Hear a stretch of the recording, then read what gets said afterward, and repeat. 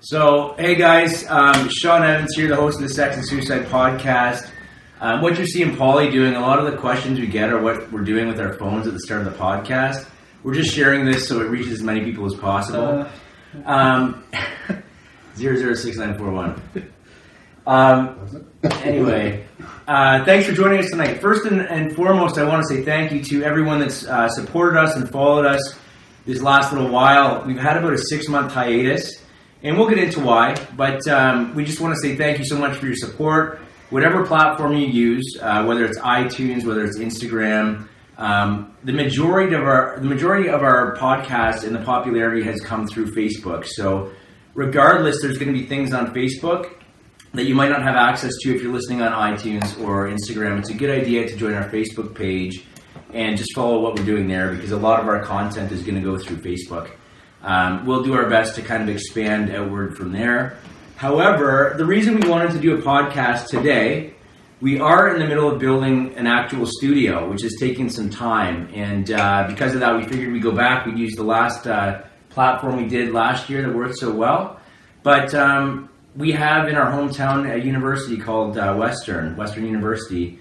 And we found out that we lost 2 students to suicide during reading week, and we figured, you know what, we have to get on here and talk about it, because clearly the problem's getting worse. We thought originally when we started this podcast, we were going through the summer because we thought there's no support systems available for students that are suffering in the summertime.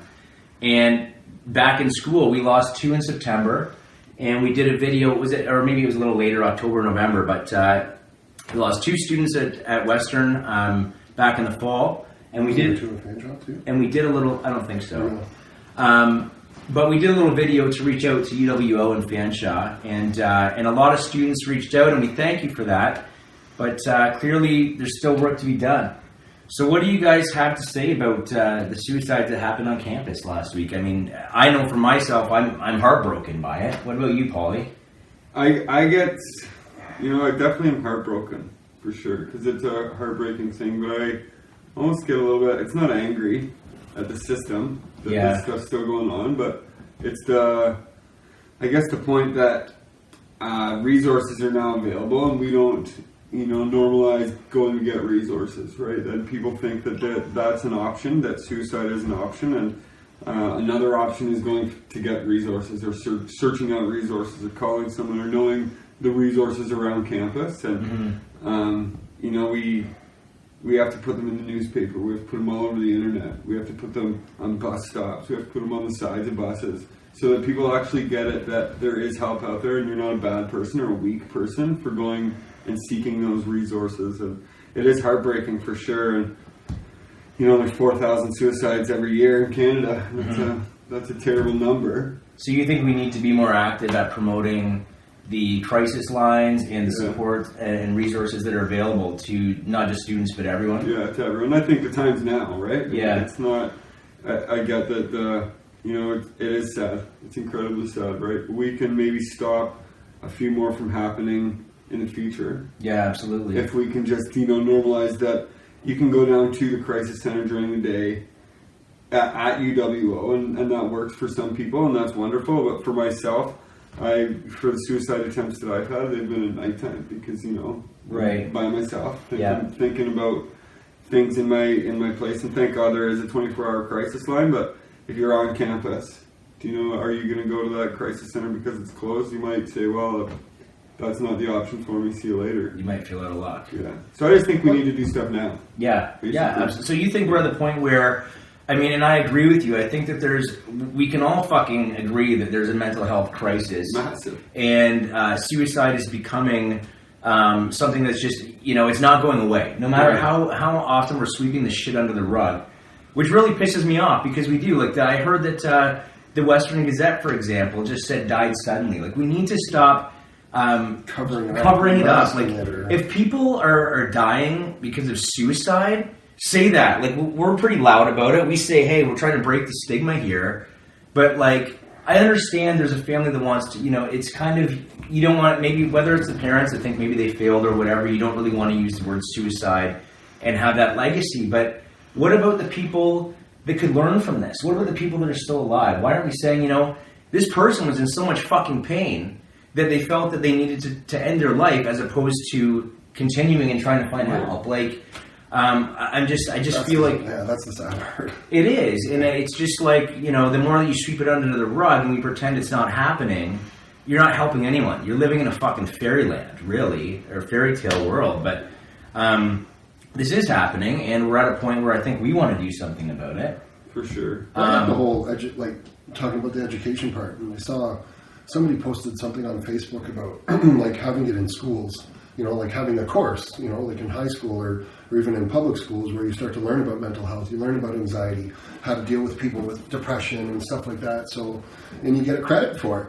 That would be I think amazing. that would be huge. Yeah. Yeah, for I think sure. that's what we need to coping start, skills, right? We need to start there, because once kids get into college and university, it might be their first time away from home, and that fear of being a failure might scare them into calling their parents and saying, hey, listen, my course load's massive, and I met a girl and she broke up with me, or the stress of going to Western University, being the best university in Canada that's on me, and they might not call home. Yeah. But if they take a course in school, they might just automatically do that. It might be habitual. Or call somebody, or call someone or always have, around campus, have phone numbers, like in big block letters, if that's what it means, directing people to the way. But we should have that in high schools, I think, because once the time they get to university, they're fucked. They're pretty much, right? They're buried in or their not that they're phones fucked, they just don't know where those resources are, and they're in the, Yeah. University mentality, right? Yeah. Well, I think it's I don't know, it's bad to say, it's sad, or just, I wish I had, someone to teach me coping skills and communication skills, or even have that course in high school, because of my shyness and whatever else, I had a difficult time, talking to my parents or talking to my dad, or and we had a pretty open, family relationship, but even still, I wish, looking back, I think everybody could, benefit from going through a rehab facility, whether or not they've taken drugs or not, they just teach you, life skills. Well, maybe that's what needs to such happen. a huge difference. I think that the school system is failing, really. I mean, the education system. We have a curriculum from 1978, though. Let's get real. Well, that's just it. I mean, technology is changing. We don't live in the same times anymore. And we're not teaching each other how to adapt or how to take care of each other. I mean, right now we're living in a society that expects instant gratification like that. Yeah. We're bombarded with choices. And that can be overwhelming in itself. We're living in a time where there's all these opportunities coming at us, and if you don't actually focus on what it is you want out of life will fucking grab you and drag you out wherever. And you may not know. No. You may never know. And that's anxiety producing just to think about. Ever. I mean, back in the day when we had grandparents growing up, they just kind of had their lives and they did what they had to do, and that was that. There wasn't much decision. Now it's what do you want to do? Where do you want to live? And all these choices, and no one wants to make the wrong choice. And you end up just kind of sitting still. Right. But at the same time, there was more communication back then too, right? More real communication. Yeah, you called somebody on the phone. Yeah. You weren't hiding behind a screen, or Even that was probably disconnect compared to when you had to actually go and visit someone and make that effort to go knock on the door. Yeah. I remember when I was younger, I used to call on my friends, right? And it was running across the street, and at least if they weren't available, you'd kind of get someone to give you some FaceTime. I had to ride my dirt bike to Buddy's farm, and for neighbors. But back to the sort of the suicide topic, and we understand we're using Western University because it's here in our hometown, and I know that Fanshawe College, we have Matt behind us, who's a great help with video. He's a graduate from Fanshawe. And Fanshawe has the same issues, but every college and university is having these problems. And the thing that I still see though is driving by Western, you see them putting up multi-million-dollar buildings, right? Yeah. But we understand school is still a business, but what about taking care of your clients, which are the students, really, in a sense, right? You're killing your tuition. Yeah, and then you're burying them because you don't want to take responsibility. Right. Well, just by not having accessible resources, or letting people know more that there is help, instead of building that great big building, which you're going to build anyways because you're the biggest university in Canada. Why not put the money from that building? Put a meditation room in there, or put something.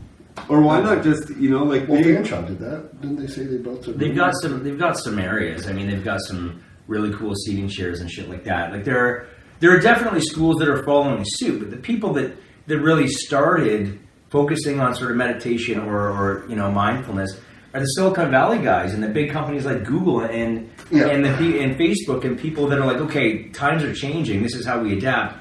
Yet it's not happening in our schooling systems. Yeah, we're behind. At least not to the extent that it should be. And I mean, at least not from where I sit anyway.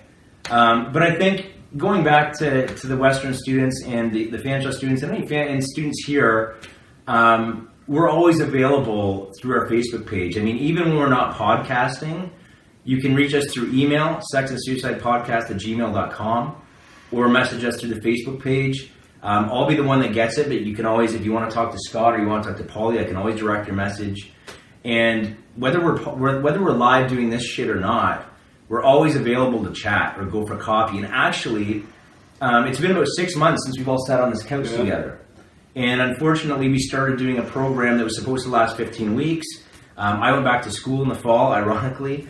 Paulie got caught up in hockey coaching, and Scott got busy as well. So we haven't really had the time to connect. I blew up my knees. Yeah, we'll talk about what we've been doing afterwards. But right now, I just want to say that you can always reach us, and we're always here to do our best. As we've said many times before, we are not professionals in the mental health field. We're just a couple of guys, three of us that have been each through our own unique journey, which involves anxiety, depression. Suicide has touched all of us in one way, shape, or form. And mental illness. And I, for one, believe that, especially now after doing a bunch of reading over the last 6 months, I believe that there is absolutely no one that does not suffer from mental illness. I think that people say, oh, it's five, every 1 in 5, and then it's 1 in 4, and then it's 1 in 3. Yeah. It keeps getting lower and lower.